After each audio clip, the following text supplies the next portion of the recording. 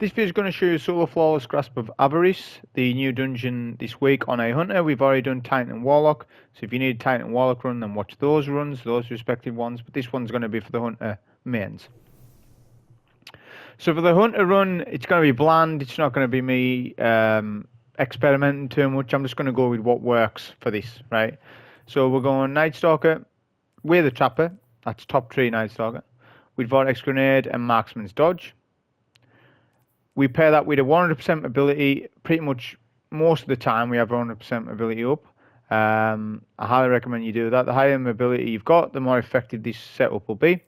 Pairing that with the exotic chestplate, the 6 Coyote, which gives us double dodge. We get 2. At 1% ability, you'll have 11-second cooldown. As for our armor mods, it's a Lucent Blade build. So we've got double sword ammo finder on the helmet with charge harvester, so you get a small chance of getting charge of light the more ads you kill. We've got supercharge, which gives us 2 additional extra stacks of charge of light. It's so key to get something like that on there. We have double arc damage resistance on with powerful friends to help us attain 1% ability.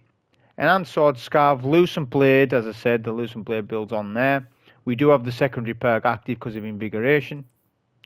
Passive guard to get a damage resistance while we have a sword equipped, and taken charge, so we get charge of light when we're picking up orbs of light. Our weapon loadout doesn't really vary much. For the kinetic slot, I start off with a sniper, then I switch off to a shotgun, right? So any shotgun that's good to you, and then I switch at the very end a blinding grenade launcher, which comes out really handy. So those are the kinetic weapons I end up using. The coordinate solar fusion rifle, I never take this off. Okay, this is what I'm using in that slot. And then in the exotic slot for the heavy, we're using the lament. We'll switch off at one moment to have Galahorn for like 5 minutes, and then we go back to the lament. That's what we use in the heavy slot. And also another exotic piece that we use, one last thing, is we switch to this chest plate, and then we go to the Stompies for some of the encounters. Not much, but we do have it for a little bit of the time, which I highly recommend you bring Stompies, because it makes some of the jumps a lot easier for the Hunter, because it's the hardest class to do jumps on for this dungeon, I would say. That was the setup. So as soon as you spawn in, you want to focus on the Solar Wizard. I've already done 2 runs talking at depth about the full dungeon for the Titan and the Warlock. So if you watch those runs and then you're going to watch this, then I'm going to repeat a lot of things I've said in that run. But a Hunter might not have been interested to watch the other runs, right? So I just have to cover all bases. I just need to assume that you haven't watched those runs, right? Because you're a Hunter main and you want to see how to do it on a Hunter. So obviously when you start in, you've got the loot cave encounter where you just need to keep killing ads. They drop the burden by riches, the engrams. You need 50 stacks. You can see the left hand side, I've got 16. With this loot cave mechanic, don't stand in the cave for too long. Get all the engrams come out. If you sit on top of the spawn, you won't get the respawn to happen, right? Just wander about a little bit. You can kill the snipers, there's like some fallen enemies, you can kill those if you want to kill some time. And then the next wave will come in, but just keep an eye on that wave to spawn trap them. You don't want enemies sort of getting out of the way, like not being grouped up. You want to spawn kill them essentially. Use your tether as well, because you're going to get your super for every 10 stacks of burden by riches you receive, you get a super. So if you get 10 stacks, you get your super, then you use that. When you get to 20 stacks, you get another super, and then when to 30 stacks, you get another one, and so forth. Not just your super, you get full ability energy, so that's grenade, smoke, class ability energy. So utilize it. Okay. That's our 50 stacks done. So that's the opening encounter done. There's not a lot to it.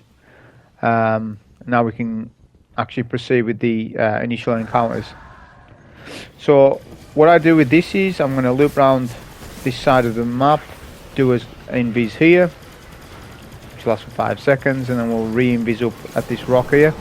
You can skip the Shrieker and all that stuff and all those enemies, they're not required to be killed. You can also still break tracking when you invis, on top tree at least.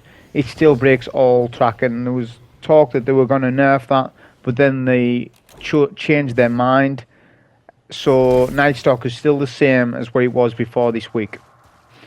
Mobility is still the same for PvE this week. I was under the impression that was getting nerfed, but it's likely just for PvP. I don't know, I haven't played any PvP this week because there's been a lot of PvE stuff.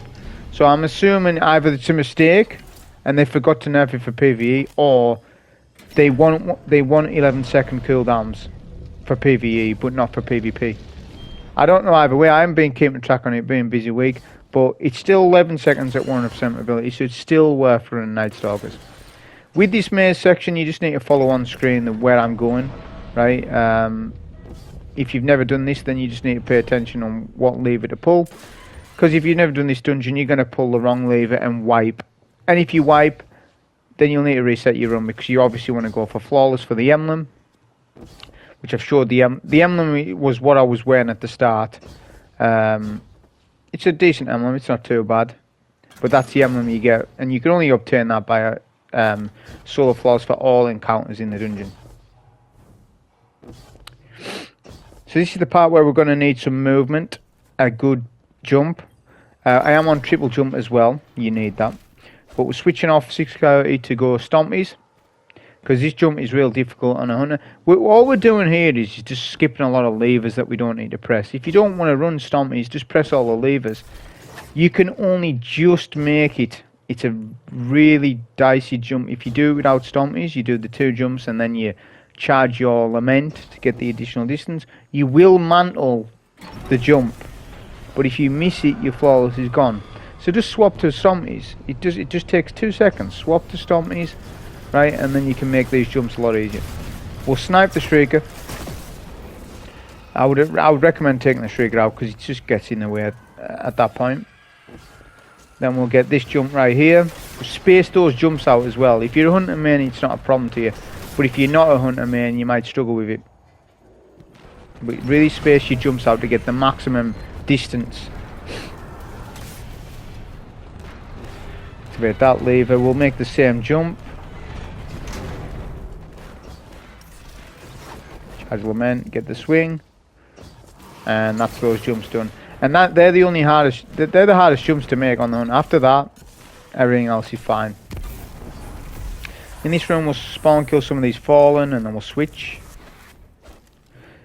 We still had Loosened Blade on our setup, so I didn't lose it. If my 6 Coyote had the Loosened Blade on, then I swapped off it. I would have lost Loosened Blade. So take note, I've still got ×4, which I farmed that up from the opening encounter, which is beneficial to us. So you'll notice I never use my sword, okay? Because I want to have maximum charge of light when I approach the first boss. It just saves on time. It means I don't need to worry about farming up stacks of charge of light. And obviously how you obtain the ×4 charge of light is having a solar piece on your armor, no matter where it is. Doesn't really matter. But it's fitted in somewhere, and put on a supercharge mod, or run 2 charged ups. It's better just to run a supercharge though, because you're only taking up 1 mod then. And that will attain you the ×4.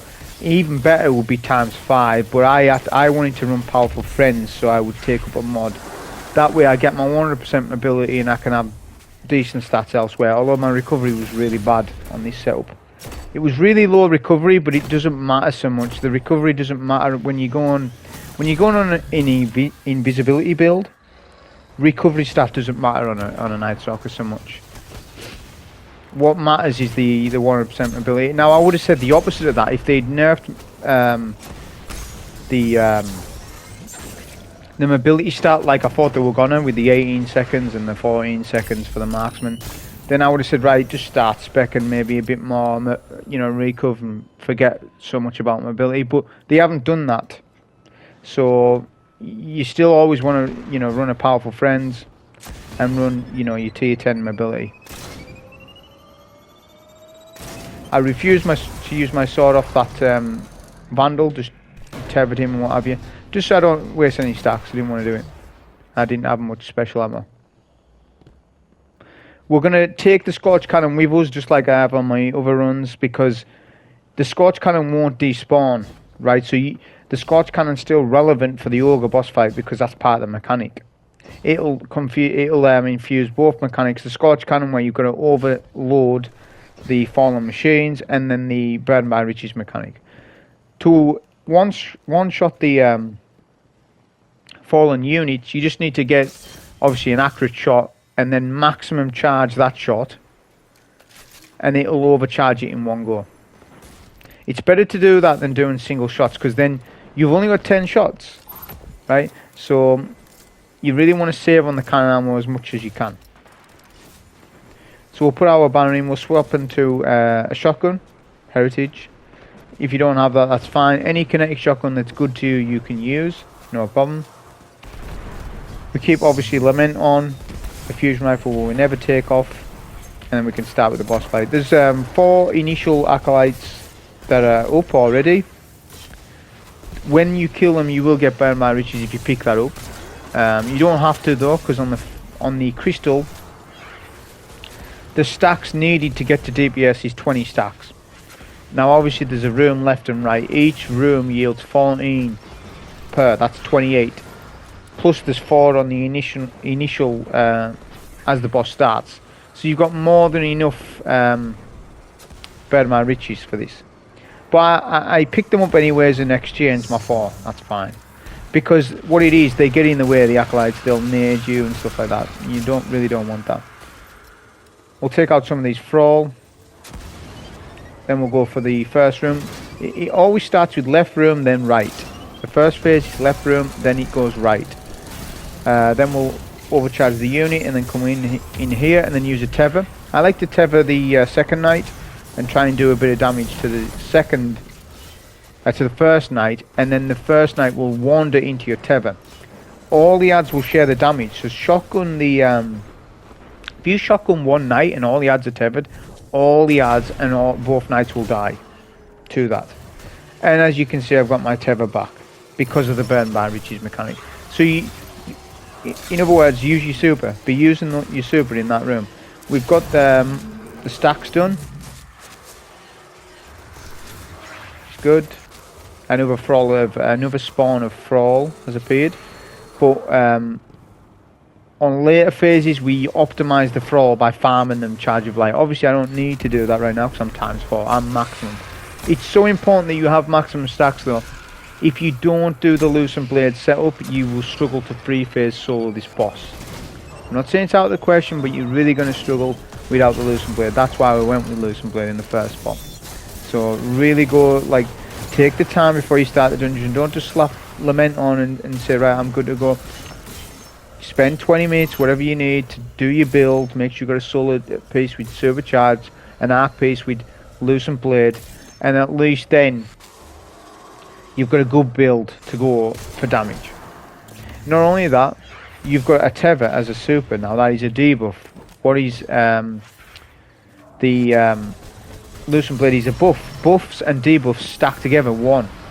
Right. There's some spawn of Thrall here, which we're wanting to kill them at the crystal. Then we tether the boss as soon as his arms are up, and then we'll do our Lucent Blade. We've still got two stacks of riches, which at the time of this run I didn't realise. So be sure that you get rid of all your riches before you do DPS. It just depends on where the Ogre was. The Ogre was right in the middle of the map for me, which wasn't ideal. The reason why it was is because I went invis halfway across the map, and then the Ogre was beaming where I last was because of how good top 3 Nightstalker is, but it went against me because the boss doesn't know I'm at the crystal. He's confused. But that DPS was average. It was probably less than average because I had to go back to the crystal and I lost time. You know, that's 1 or 2 seconds. Another thing about doing DPS with Lament is you need to jump. Okay, so Lament has in-air tracking and ground tracking, right? The ground tracking on the heavy attack is iffy. It's wonky. It always has been ever since it came out. But the tracking in air is super accurate. So you are classed as in air with Lament when you do a short hop. So I don't mean jump, you know. I just mean a short hop.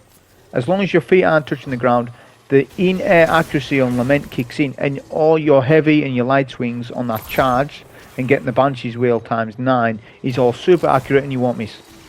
Whereas if you're standing on the ground doing it, your heavy attack might just fly right past him, and you don't get that heavy damage. And it's so critical that you do that heavy damage, because obviously since Lament's nerf, it doesn't do as much damage as it used to. It's still fantastic, of course it is. It just means that you need to make sure you're hitting all your stuff with Lament and your Lucent Blade. So now we're on the second phase. Now I'm coming here to farm Charge of Light. I've got ×3 already. It's good. Let's farm up some more. We'll kill the Thrall while we're at it. We may as well, because they may drop us more heavy bricks, because we want obviously full heavy for the next phase. You need pretty much max heavy for each phase, which is 58. Then we'll go in this room, do our tether, our usual. You can see it just clears out everything, so it's really good for this. Then we'll focus picking up all the riches, because they do have a timer. You can't hang around with these riches. They do despawn, and if you get less than 20 from 2 rooms, so you only get 18, you'll have to do a 3rd room to get enough stacks. So make sure you're getting your riches in 2 rooms. I like to spawn kill a lot of the Thrall at the crystal. That's just something I like to use. I usually save a nade for that. I generally don't use my nade much, if you notice. I just generally just spawn kill the last wave of Thrall before DPS, because then they're not interfering. But it doesn't matter so much. It's not like on a Titan where you really need to take care of the Thrall, because when you tether the boss, it will also tether the Thrall and kill all of them. So it's something that you don't need to worry about.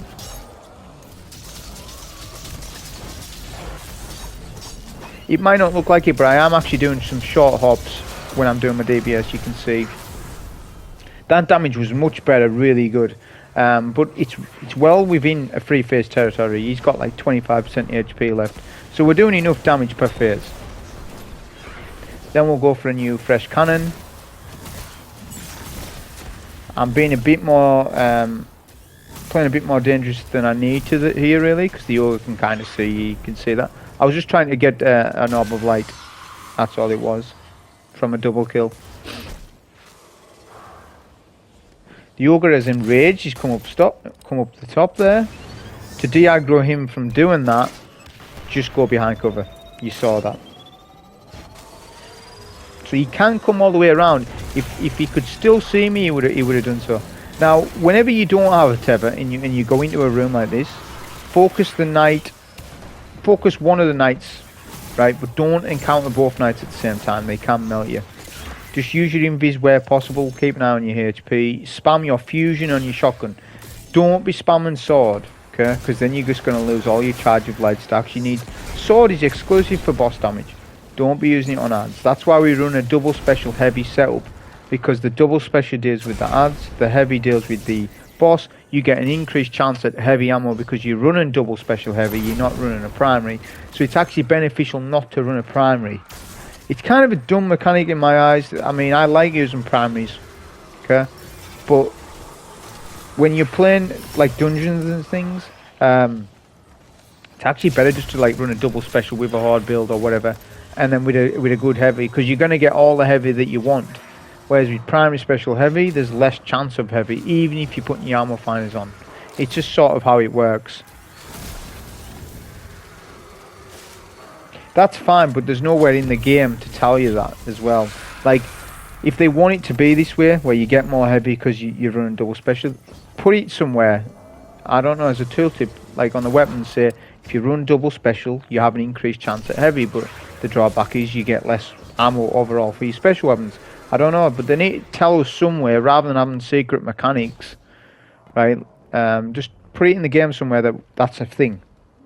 If it's unintended, then fix it at some point if they need to do that.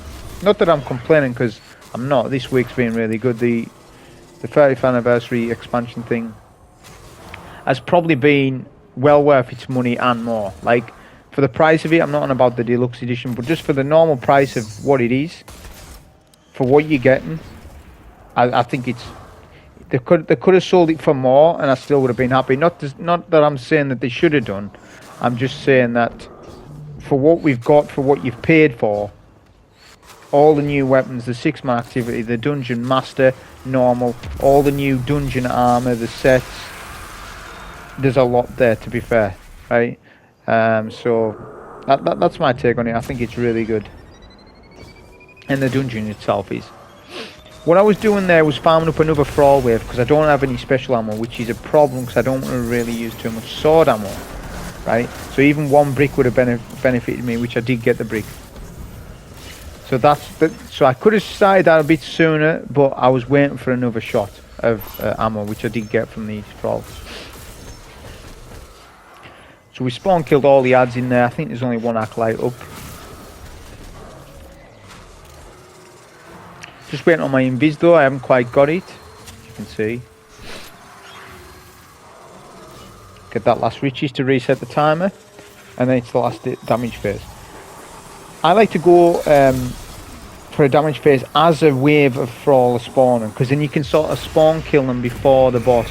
But on this class it doesn't sort of work like that because your invis is so good. The ads forget where you are, they don't chase you. That's fine. We'll tether the boss and then all the Thrall will die anyways on this setup. Passive guard will help us survive.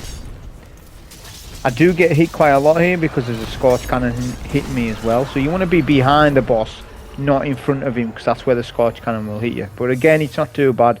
As long as you time all your lament damage. All I say is, make sure your sword is fully charged. Do your Banshee's Wheel ×9. Then between recharge rate, do, I think it's 2 to 3 swings, then be back on your Banshee's Wheel attacks. And just rinse and repeat that. Because you need to get the most out of your damage while you've got Keened Lucent Blade active. So notice there was heavy bricks on the floor left from the Ogre fight. That's purposely done so that I can get some Gallahorn ammo for the Sparrow section. Because I use Gallahorn to make the Sparrow section consistent so that you get it most times. So out of 10, 9 times out of 10 you get it. This is the Sparrow I'm using. It's a Void Streak. It has enemies are less aggressive towards you, which is the Raids perk. The difference is this Sparrow was obtained by Age of Triumph 2 years ago, I think it was. So check your collections. If you've got it and you haven't got Always on Time, then this is your next best Sparrow to get. Or maybe Micro Mini, because Micro Mini is so small they can't hit you. So I take the same approach as I did on the other classes, getting one switch at a time. I don't get all the switches, notice, because you don't need to. I'll get a switch on B on the left here, pull out Gallahorn, kill those dregs, go invis, spawn my Sparrow before you get to the capture point, because that allows you to get more time to capture the next point. That's the key thing, because the capture goes right to 100% as you Sparrow over it. So if you have momentum before you hit B, the C doesn't pop up till like 2 seconds after you've captured B. So this is how you can save a lot of time on it. My Sparrow sort of fell over, which lost me time, but that's fine. The timer resets for each capture point, and as long as I had momentum past C, then I have more time for D. So it's a knock-on effect. I sort of hit some rocks there which didn't benefit me, so my Sparrow driving isn't very good here. So I go top.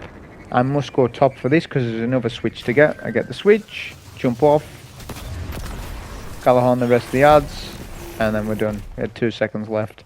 So even me messing up a little bit with my Sparrow, just minor faults. Generally, if you run it perfect, you'll finish with 5 seconds, right? But if you make a couple of errors, then you'll still do it. You'll have a bit of time left. If you make major error and your Sparrow explodes, it's over. It's game over at that point. That's why we Gallahorn the ads on B and C. Those are the critical ones. A is fine. Just do your dodges with your side layers on your Sparrow. The ads won't hit you if you do that. Confuses them. So A is fine. B you Gallahorn. C you Gallahorn. And then D is just a case of picking a teleporter. Go top. But when you go through the teleporter on your Sparrow, you need to anchor that Sparrow backwards. Sort of back.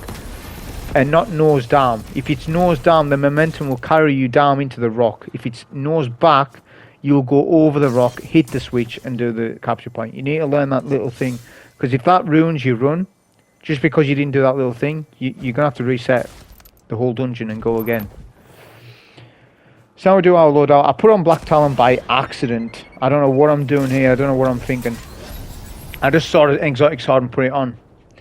I was meant to put Lament on, which I do end up switching to. I haven't even noticed I put Black Talon on. So I don't know what I'm doing. But put Lament on. we're moving the cannon so we get to the far right, because he's at waterfall. So waterfall's up, you know, up top right. So we can actually get there by this cannon, so we're going to do so. This unit sort of bugged out, I don't know what was going on with that. It's fine, we'll recharge it. Still haven't noticed I haven't got Lament on, but that's fine.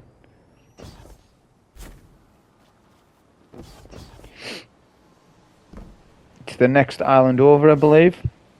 Which you can cannon over there, but you can also get up easily.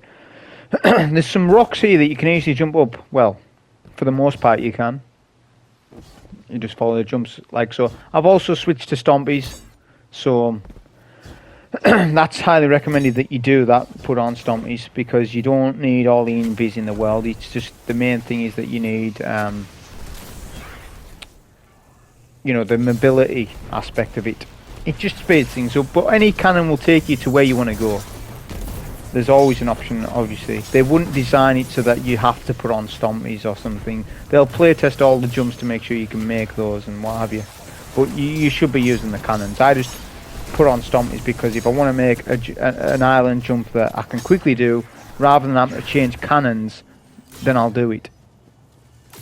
So now I switch to Lament. It costs us some ammo, but that's fine. We've got all the sword scavs on and the ammo finders. So we'll be fine for ammo. So now all we have to do is get 20 riches. That's the stacks you need for the crystal in the middle. To take down the servitor's shield, you kill the servitor, he turns into a bomb. You put the bomb next to the cannon, you activate the cannon, and then that hits the fallen shield. You then take HP off. So you're not using your weapons or anything. I would have liked to see them do that. Maybe once you take down the shield, you shoot a generator or something, you have to do a lot of damage. That would be really good if they'd done something like that, but it's still a really good...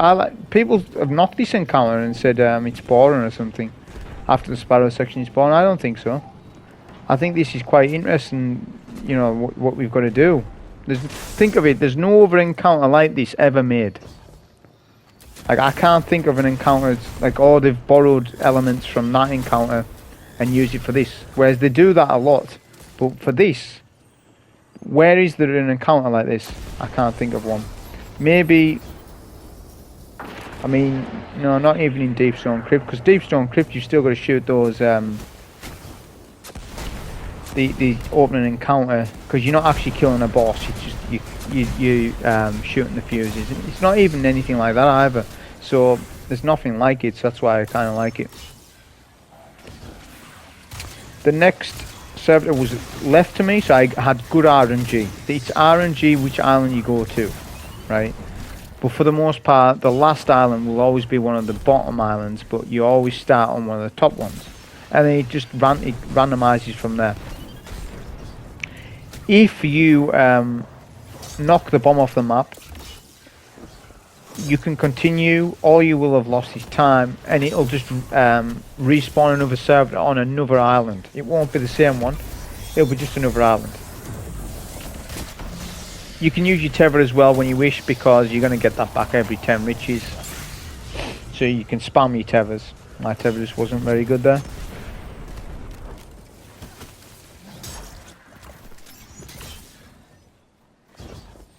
We're counting our riches as well, because even though you need 20 stacks, there's more than 20 adds. So here's the thing about that is, if you kill all the adds, you get a fresh wave of adds. You don't want that, because they're going to get in the way while you're doing damage to the server and having to navigate the bomb. And they can sort of pressurize you. You know, you're not wanting to kill them because you want to just get the bomb. So the best thing to do is just leave a Dreg or 2 alive, so the next spawn won't happen. At that point you can then kill them and a new wave won't start once you have the bomb. But before the bomb, a new wave will start. Also, if you get any riches picked up accidentally when you are navigating the bomb, you need to go and deposit those riches back to the crystal. Because if you're trying to, you know, navigate this bomb and you got riches and you're having a tick down timer, if that timer reaches 0 and you haven't deposited them, you're dead. That's your soul fall, it's gone. So that's another thing. Just take note. Have a look to your left. is riches on while you're navigating the bomb. That's something you need to look for. Even if you know it's confident that it's not, just do that check anyways. Just do the check. Now we're going to jump over to mid. Generally you wouldn't be able to do it like that, but obviously you can because of the build with Lament and Stompies. Because my bomb rotation went to top side again. The thing about middle is you can jump on this top building and get to the outer islands anyway, so that's what I generally just do.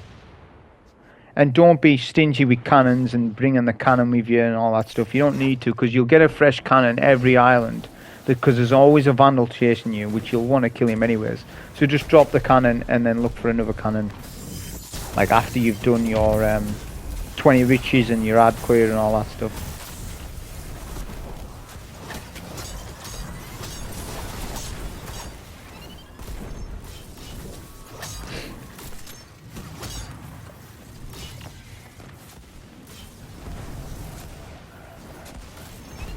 You will get a wave where there's a captain as well, which he provides more riches.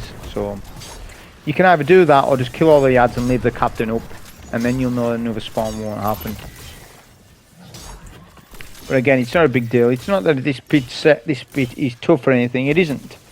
It's just more of a case of a time sink. It takes quite a long time, this encounter, even though there's not heavy requirements on you. It does take quite a bit. Just depends as well on the rotation you get. This rotation you see here is really good. I started at Waterfall, the 2 islands at Waterfall, and then I had to go to middle, and then we'll do this one, and then the last one will be at the bottom. So this rotation is not bad. Some of the rotations you can get are pretty bad, from one end of the map to the next. I was just being careful with this bomb to make sure it doesn't fall off the map. Make sure the cannons are lined up as well. If you are fiddling with cannons all the time, just take a quick look to see if your cannon's right.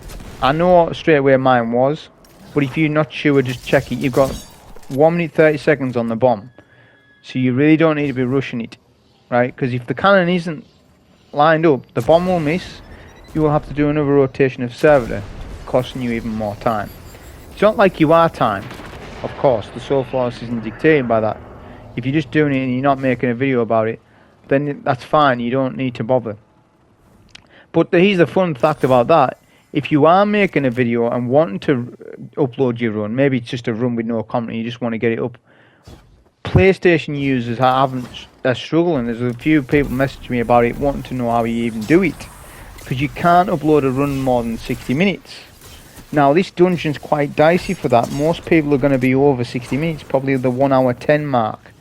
So how does someone like that upload it? Well, you'll need a computer. You can't just upload it via straight from the PS5. On PS4 it used to be 60-minute time limit. Now when I thought PS5 came out, they would up it to 2 hours. I mean, it's a much more powerful unit, it should be able to do that, and it doesn't. So you can't upload it straight from the PS5. So if you're looking to do that, what you need to do, because I get so many questions about that, is record your footage behind 55 minutes. So when you're 55 minutes into a run, record it, so that saves the last 55 minutes, right? The run will then pass the hour mark, which is fine. When you actually kill the boss, or whatever run you're doing, hit record again. Once you've finished, you'll have 2 clips. You need to merge those 2 clips, but you have to do that on a PC with editing software. You can't do it on PS5 unless you upload the run short, which is something I don't like doing. I like my run in full. I don't like where bits are cut out of it. It needs to be the full run, because I want someone to see, if someone's learning it, they need to see the whole run. Because if the whole run's not on there, they're going to question, right, well, what do you do with this bit? Because you need to understand, the way I'm making the videos is, I'm not doing them just for me, right? Because if it was just for me, I wouldn't upload it. So the loadout needs to be tailored to somebody, really, who's never done it before. So that even goes for the loadouts. So you don't see me using raid weapons much. I have got heritage on, and I do realise that's a raid weapon. But a normal kinetic shotgun generally will do the same, a decent job.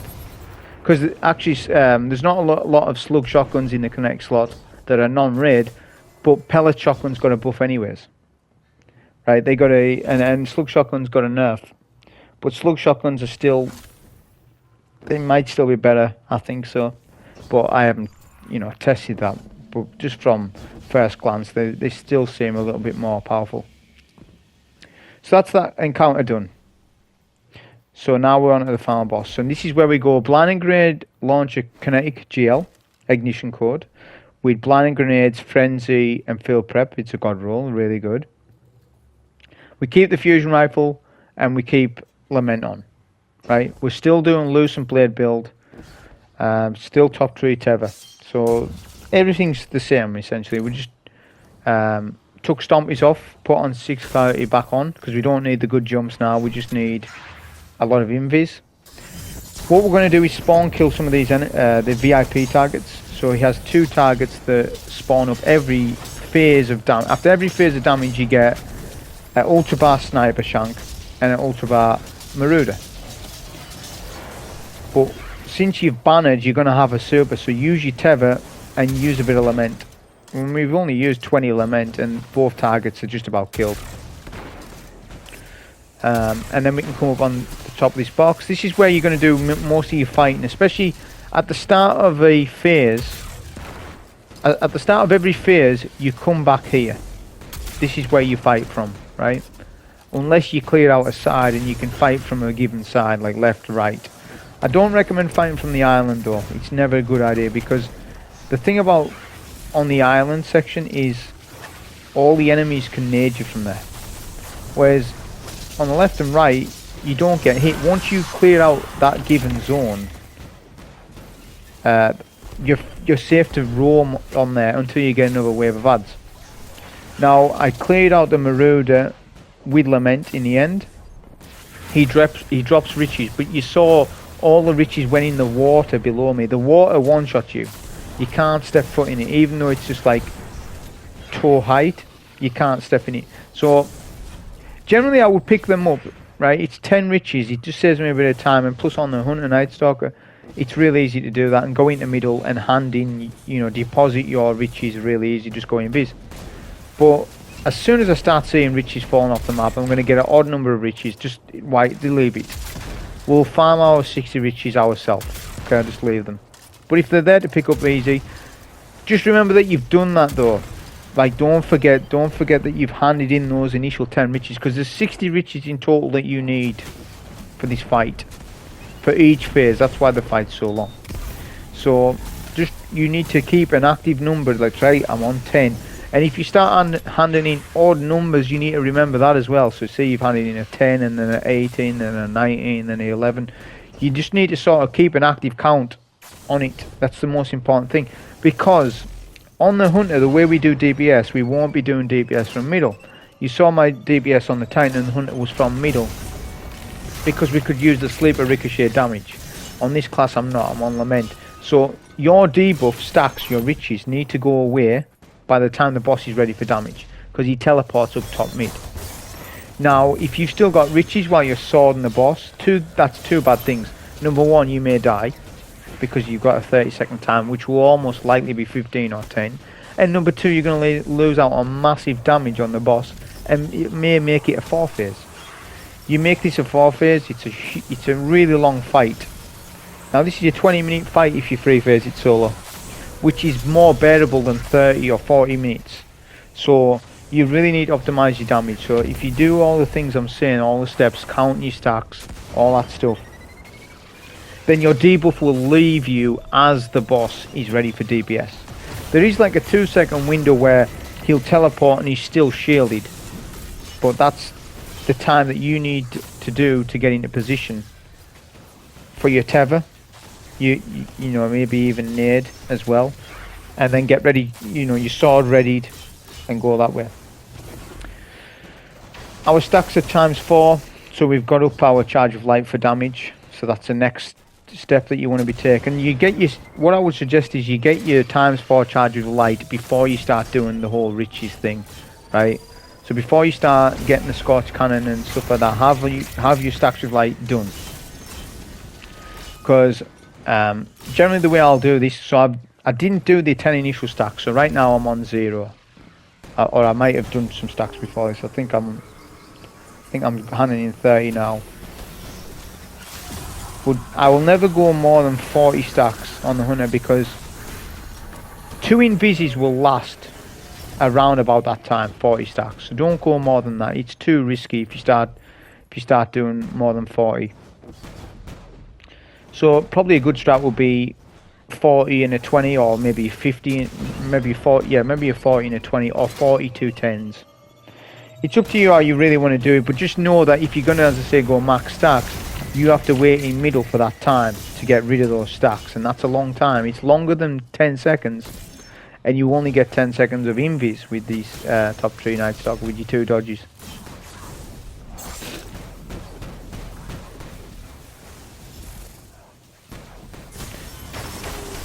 Planning our stacks here, we're going invis.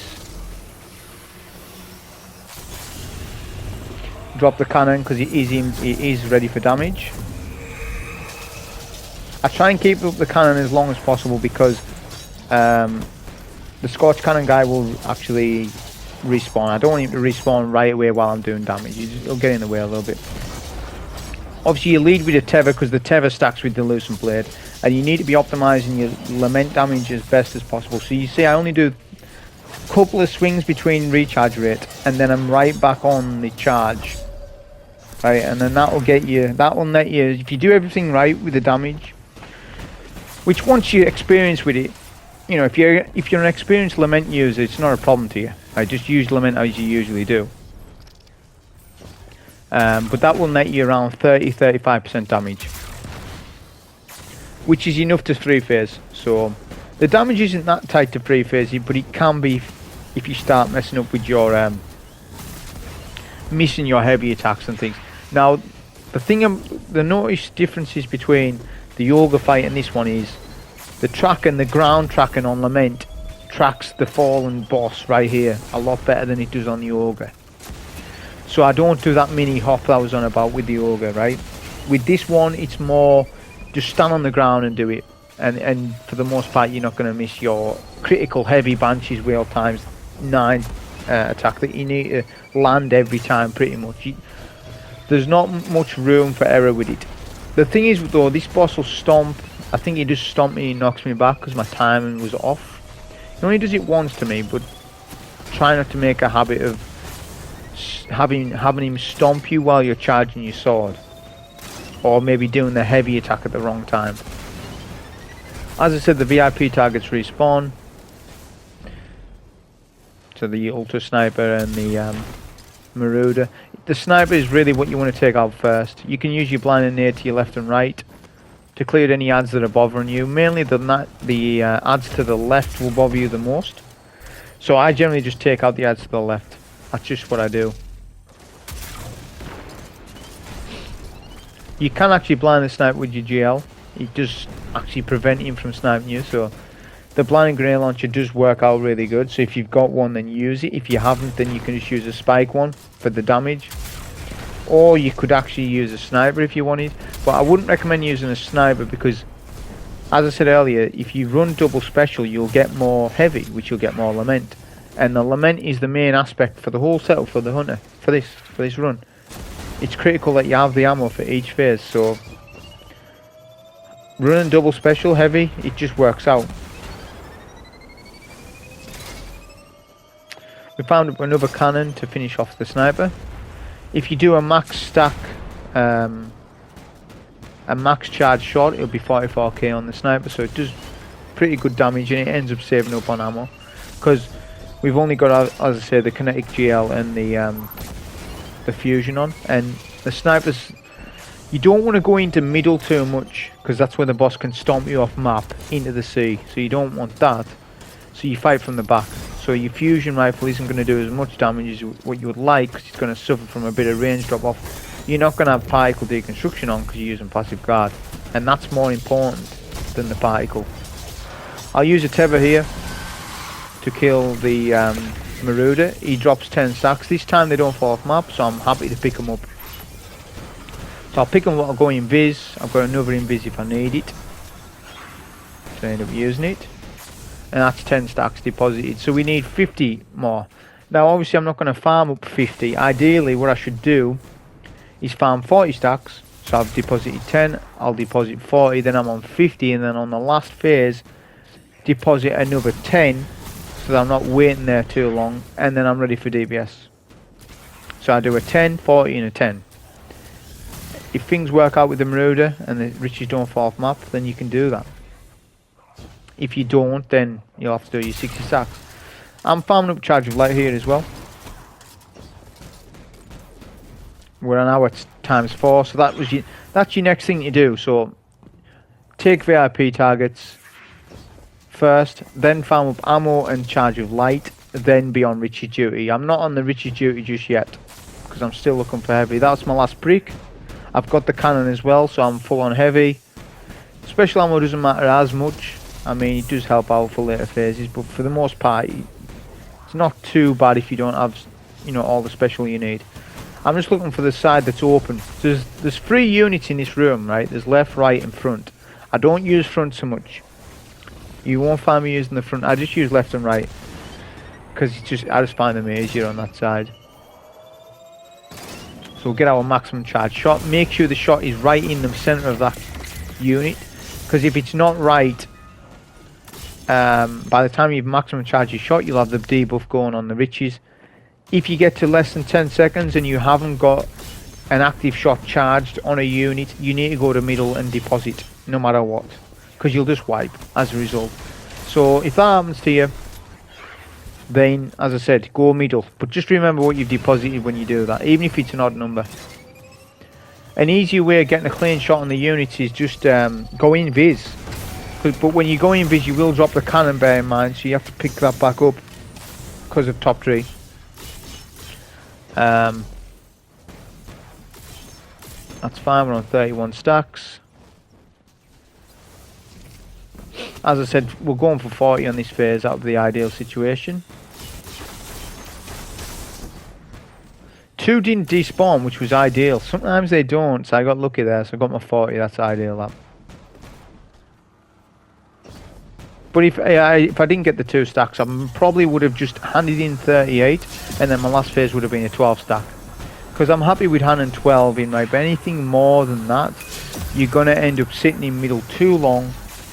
Then when you're ready for DBS, you're sitting in middle. You can't push the boss because you've still got riches. You see? So on your last phase of riches, you need to make sure it's the right amount so that you hit 60 when you hit it at the same time you actually lose the debuff. So then you can go comfortably and you're not worrying about any debuffs, you're just doing DBS at that point. That's what I would have done if I didn't get the 2 extra, but it actually helped us. And if it is anything more than like 12 or 14, just do it in 2 cycles then. You could technically do 59 stacks, hand them in, then go and do another one, have 1 riches, and then just do it like that. So you could do 59 and then do a 1 if you wanted to. There's multiple ways of doing it. Or you can do 3 stacks of 20. It doesn't matter, you're going to get to the same goal in the end. Especially on this build because of invis. If you're on a different class that's not invis, then you need to tactically think a bit more about your riches, because you haven't got invis to safely do that in middle. You're not in a warlock because you haven't got healing rift, you haven't got a bubble. So that's when you need to think more about it, but on the invis not so much. So we'll get ready for DPS first. There's like a 2-second timer where he's not damageable, so just tether just as he's starting to raise his arms, and then you can go in with your lament. That's where I lose my damage. If you saw, he stomped me at the bad time. I missed my ×9 heavy attack. That wasn't good, but we made up for damage.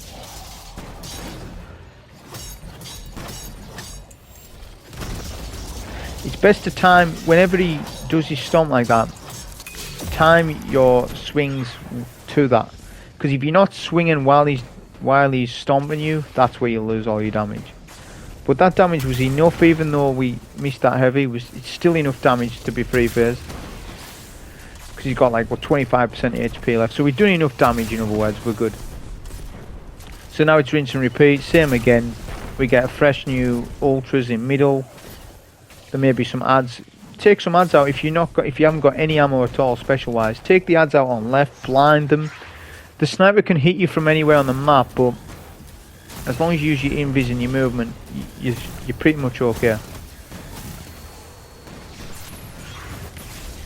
We were farming up a cannon as well. That was the main thing, because I want to use the cannon on the sniper. I was quite like using the cannon for the sniper for damage. Obviously, you won't have a super to take use of. I mean, you could technically farm up 10 riches quickly, get a super, then super the art, like do a super in middle. You could do it like that, but it's a bit more risky because while you're looking for riches, the sniper can snipe you. And if I add melees you as well, because you seem to get a lot of melee damage in this. If you get melee by enemies, you take a lot of damage. So you're just risking it. So at that point, take the ultras first before you start looking for riches and stuff like that.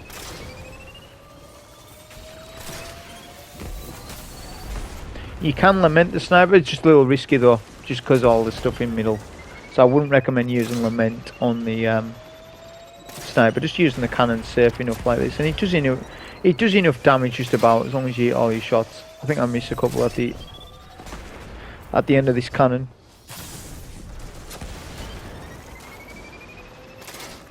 If you crouch as well on top of this unit, he can't snipe you, so that's good. As you can see, there's not a lot of ads up. So just to quickly explain about the ads. If you leave one ad up, there's three areas in this map, right? There's left side, right side, and island. The ads are infinitely spawning, right? That's just how they work. But if you leave one ad alive up, they won't respawn. Once all ads are killed on that platform, the timer ticks for the next wave to spawn in. I'm not saying that's instant they're going to spawn in, but for the most part they'll spawn in. I don't know what the timing on it is, but I know that you can stand on a platform for quite a sizable amount of time if you've cleared out all the ads on that section. It's like 6 dregs per phase, so that's the best thing. Generally you don't need to go to island. I only go to island if I want to farm up ammo. So after a phase of damage, if I'm wanting some ammo and there's no ads left or right because I've cleared them already, I'll go to island for some more ammo, you know. And if I don't get ammo there, then there'll be more ads for more opportunities. Eventually I will, but you need to make sure for each damage phase you have max lament. You want max lament. That is so important, because if you go in there with like 20 sword ammo, you're not gonna have the DPS. And when you run out of lament, you can't rely on your kinetic GL to do damage, or not even your fusion for that matter, because you haven't got particle on. We're going to use a tether on this Marauder here, because we'll get our super back anyways, or we will on the next phase when we get the 10 stacks. So we've handed in our 10, that's good. So what next? Well, we need charge of light times 4 before we start getting the cannon and stuff like that. Times 4, and we need max heavy. So this is where we're going to go to island now. Pick up our masterwork orbs. We're getting double kills. That's our heavy brick, max lament, and with max charge of light. So all the boxes are ticked now. We can go on for the scorch cannon for the riches. Once you get to this stage, you don't need to clear out all the ads, right? You can just sort of run past them, go in base and things. You don't need to be like constantly fighting all the ads. They're not that dangerous. If you don't have double arc resist, they can be though. That's why we run an arc 6 Coyote. It's so important to do that. Don't be running anything else. The only time you want to run anything else is for the Ogre fight, run void resistance. I don't bother, but it may well be worth doing that. Run, you know, a void and a concussive or something like that. But for the most part the Ogre fight isn't so tough. I would say people have more problems with this boss rather than the Ogre. Another thing while you're looking for your riches, look up, because the loot comes out of the boxes. You can see there's like boxes all over the map. There's 2 rotations of boxes per side. That's what I've seen. They don't always come out of the same location, but there's 2 rotations of it. So we're going into that sort of detail of it, because the quicker you are picking these riches up, the quicker you can get 2 sides of riches. So it's 10 stacks per side, right? But you have enough time to get 20 in one phase as long as you do it right. You can't get 30. It'd be almost impossible to get 30 stacks in one cycle of riches, right? But you can definitely get the 20, like so I'm doing it now. We've already put in 10. We're now putting in 39. So that's so key to remember that, because on the last cycle I don't just need 10. I need 11. That's fine. I'm fine doing the 11. Just I need to know that, because if I hand in 10, the DPS phase doesn't start. I'm like, why isn't it started? And I'm like, oh, it's because I need another riches. But then if you forget how many riches you need and you get another 10 stack, you've screwed it up. Because you only needed 1, you got 10, you're going to have to wait another 9 stacks before you can approach the boss. And you lose on damage because of it. So that's why I'm saying keep a mental note, because things happen. Like on there, I wasn't wanting to hit the riches again just to get an extra stack. I could have done that and got 49 and then just get a stack at the end, but I thought, right, I'll hand in at 39. I've already handed in 10, so that's 49. So I'll hand in 11 at the end.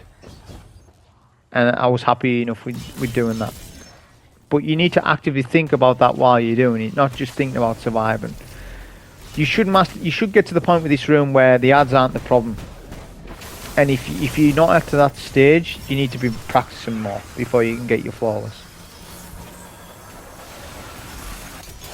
So we'll hand in our 11. Tether, grenade as well for extra damage.